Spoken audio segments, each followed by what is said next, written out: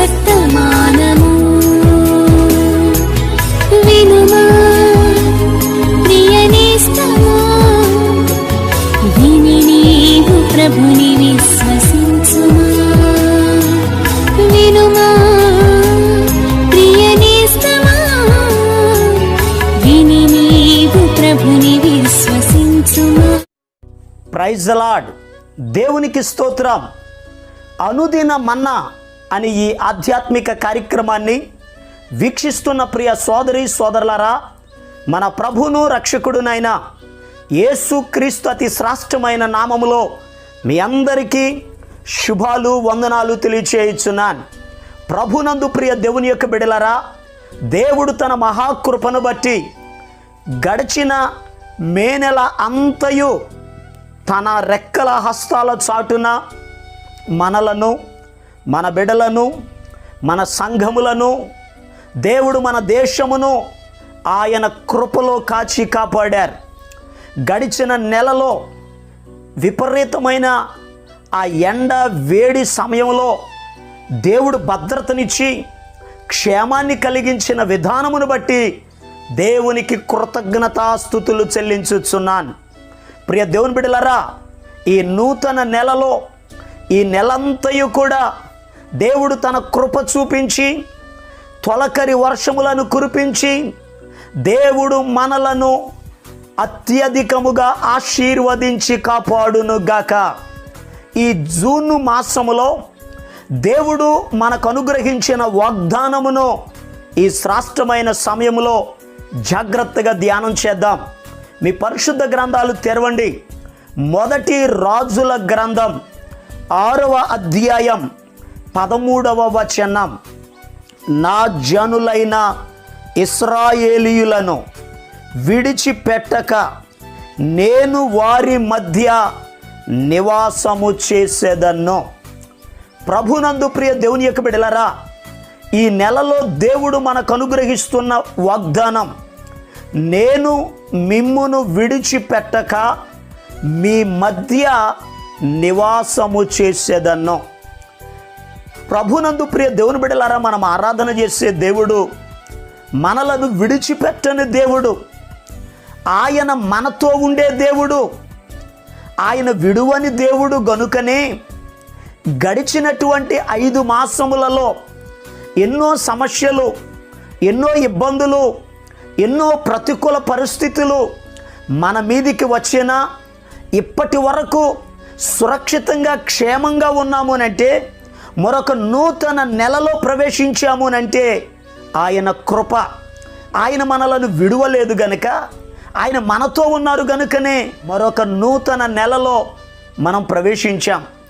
ఈ మాటలు వింటున్న ప్రియ దేవుని బిడ్డలారా, ప్రభు ఇస్తున్న వాగ్దానం, మిమ్మును విడిచిపెట్టక మీ మధ్య నివాసము చేసేదను. ఆయన మనలను విడిచిపెట్టని దేవుడు. తన శిష్యులతో చెప్పారు, నేను మిమ్మును అనాథులనుగా విడిచిపెట్టను అని చెప్పారు. దైవజనుడని యెహోషువతో చెప్పారు, నిన్ను విడువను ఎడబాయను అని చెప్పారు. ఈ నెలలో దేవుడు మనకు వాగ్దానం ఇస్తున్నారు, నేను నిన్ను విడిచిపెట్టను. మన దేవుడు మనలను విడిచిపెట్టే దేవుడు కాదు. ఆయన మనతో ఉండే దేవుడు, మనలను నడిపించే దేవుడు, మన చేయి పట్టుకునే దేవుడు, మనలను ఆదరించే దేవుడు. అయితే ఈ వాగ్దానం మన జీవితంలో నెరవేర్చబడాలి అని అంటే ఈరోజు మనం ఏం చేయాలో దేవుని పరిశుద్ధ గ్రంథంలో నుండి జాగ్రత్తగా దేవుని వాక్యాన్ని ధ్యానం చేద్దాం. ప్రియ దేవుని బిడ్డలారా, చదవబడిన మొదటి రాజుల గ్రంథం 6వ అధ్యాయం 11, 12, 13 వచనాలు.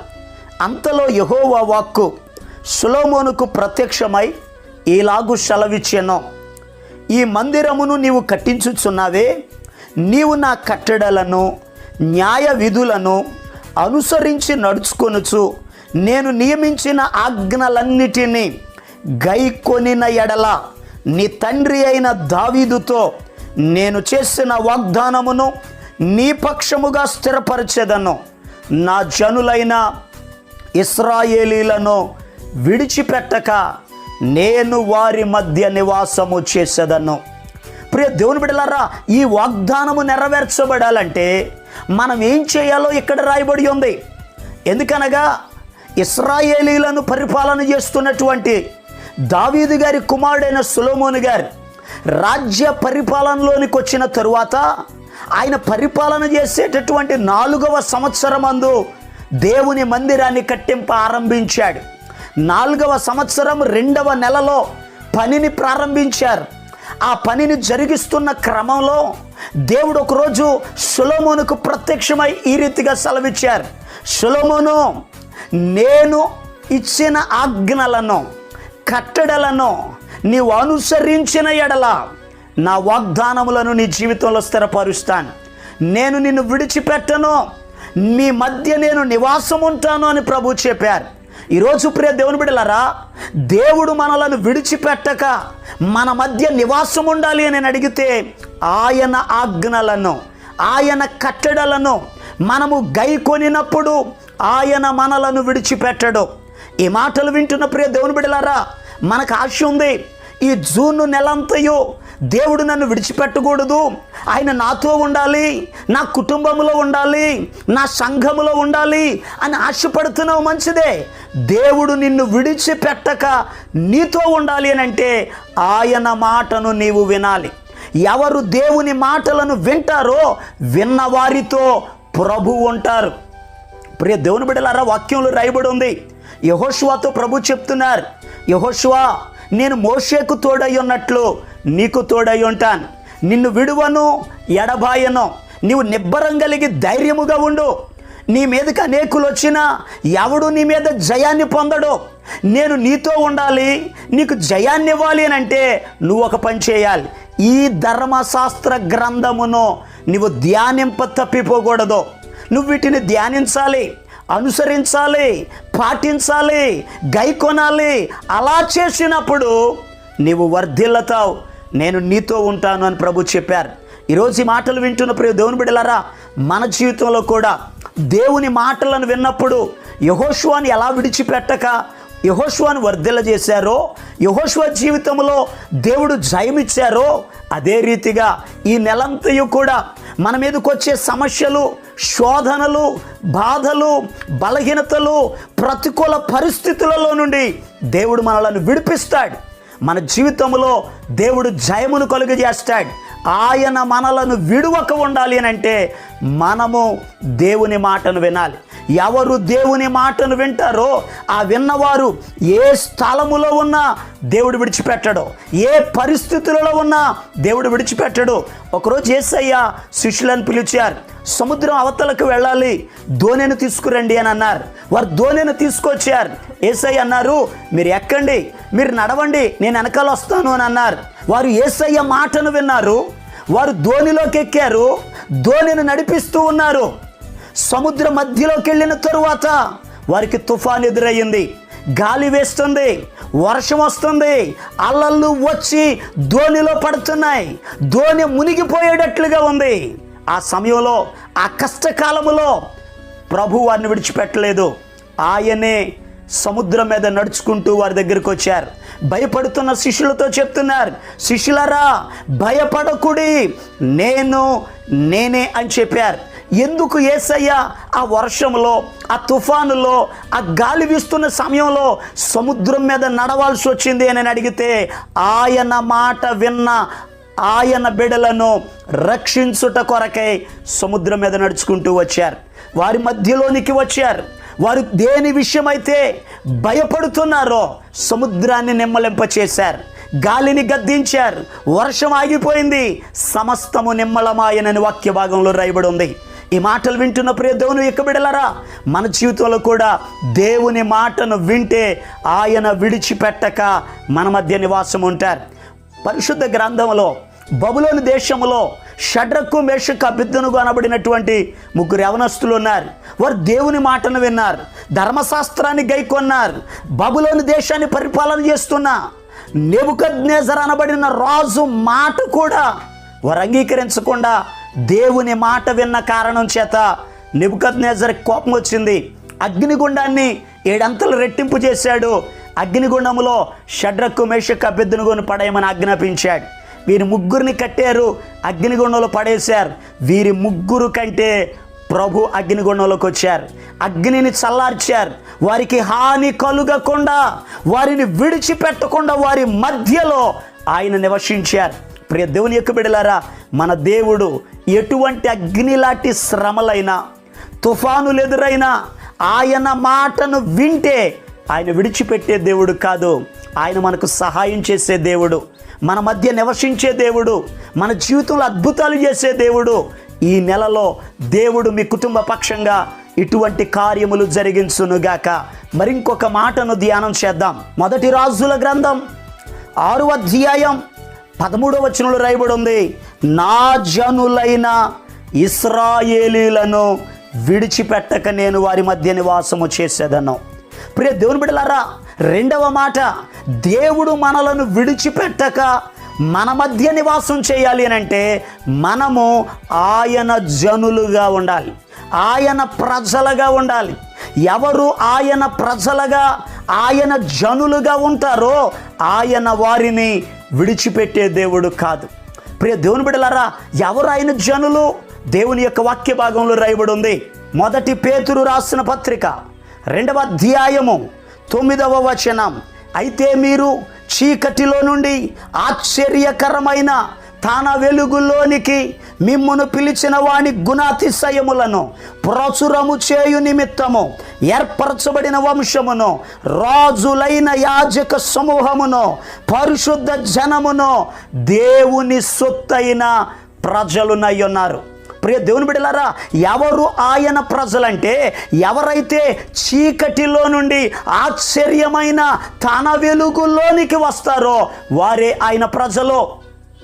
చీకటి పాపానికి సాదృశ్యంగా ఉంది, చీకటి లోకానికి గుర్తుగా ఉంది, వెలుగు మన ప్రభు అయిన యేసు క్రీస్తు ప్రభు వారికి గుర్తుగా ఉంది. చీకటిని విడిచి, లోకమును విడిచి, పాపమును విడిచి ఎవరైతే క్రీస్తులోనికి వస్తారో, మార్పు చెందుతారో, మారు మనసు పొందుతారో, పాపాలను ఒప్పుకుంటారో వారే ఆయన ప్రజలు. ఆయన ప్రజలను ఆయన విడిచిపెట్టే దేవుడు కాదు. ప్రియ దేవుని బిడ్డలారా, ఇంకా ఆయన ప్రజలుగా, ఆయన బిడ్డలుగా బ్రతకకపోతే ఇదే మిక్కులు అనుకూలమైన సమయం, ఇదే రక్షణ దినం. మార్పు చెందండి, చీకటి కార్యములను విడిచి ప్రభుని నమ్ముకొని పరిశుద్ధులుగా, పవిత్రులుగా జీవించండి. ఆయన విడిచిపెట్టే దేవుడు కాదు. రూతు గ్రంథం 1వ అధ్యాయం 6వ వచనంలో నయోమి చెప్తున్నారు, యెహోవా తన జనులను దర్శించెను అని వాక్యంలో రాయబడి ఉంది. ఆయన తన జనులను విడిచిపెట్టే దేవుడు కాదు. యూదా దేశంలో బెత్లెహేమ్ అనే గ్రామంలో కరువు వచ్చింది. ఆ కరువు కాలంలో నయోమి ఆమె కుటుంబ సభ్యులు వెళ్ళిపోయారు, కానీ ఆ ప్రజలంతా, ఆయన జనులు ఆయనను విడువకుండా అక్కడే ఉన్నారు. అయితే ఆయన తన జనులను దర్శించాడు. కరువులో నుండి విడిపించుట కొరకు వర్షాలు కురిపించాడు, పంటలు పండించాడు, ప్రజలకు సమృద్ధిని అనుగ్రహించాడు. ఈరోజు ఈ మాటలు వింటున్న ప్రియ దేవుని బిడ్డలారా, దేవుడు మనలను విడిచిపెట్టక మన మధ్య నివాసం ఉన్నప్పుడు ఆయన మనకు సమృద్ధిని ఇస్తాడు, కరువును తొలగిస్తాడు. మనకేదైతే అవసరమో మన ప్రతి అవసరతలను ప్రభు తీరుస్తాడు. ఈ జూన్ నెలలో ప్రభు మీతో ఉండి మీ ప్రతి అవసరమును ఆయన తీర్చునుగాక, మీకు క్షేమాభివృద్ధిని కలుగ చేయనుగాక, మీ కుటుంబంలో గొప్ప కార్యాలు జరుగునుగాక, ఈ నెలలో మీ ప్రతి కోరిక నెరవేర్చబడునుగాక. అలా ప్రభు మీతో ఉండి మిమ్ములను విడువక మీ కుటుంబంలో ఆయన కార్యాలు జరిగించినట్లు మీ కొరకు నేను ప్రార్థన చేస్తాను. తల వంచండి, కండ్లు మూసుకోనండి, ప్రార్థనలు ఏకీభవించండి. మహాపరిశుద్ధుడును ప్రేమ కలిగిన మా పరమ తండ్రి, అయ్యా ఈ నెలలో మీరు మాకు ఇచ్చిన ఈ వాగ్దానమును బట్టి నీకు వందనాలయ్యా. ఈ వాగ్దానం నీ బిడ్డల జీవితాల్లో మీరు నెరవేర్చండి. ఈ వాగ్దానం మా జీవితాల్లో నెరవేరాలంటే మేము నీ మాట వినాలని, నీ జనులుగా మేము బ్రతకాలని నీ వాక్యంలో రాయబడి ఉంది నాయన. అలా బ్రతికే కృప దయచేయండి. మే నెలంతయు మీరు కాపాడినందుకు వందనాలు. ఈ జూన్ మాసంలో అయ్యా ఈ నెలలో నీ బిడ్డల ప్రతి అవసరత తీర్చబడునుగాక, వీరి ప్రతి కోరిక నెరవేర్చబడునుగాక, కుటుంబముల అద్భుతాలు జరుగునుగాక, రుణబాధలు తొలగిపోవునుగాక, బలహీనులు బాగుపడుదురుగాక, మనశ్శాంతి లేని వారికి, సమస్యలలో ఉన్న వారికి విడుదల కలుగునుగాక ఆజ్ఞాపిస్తున్నాను.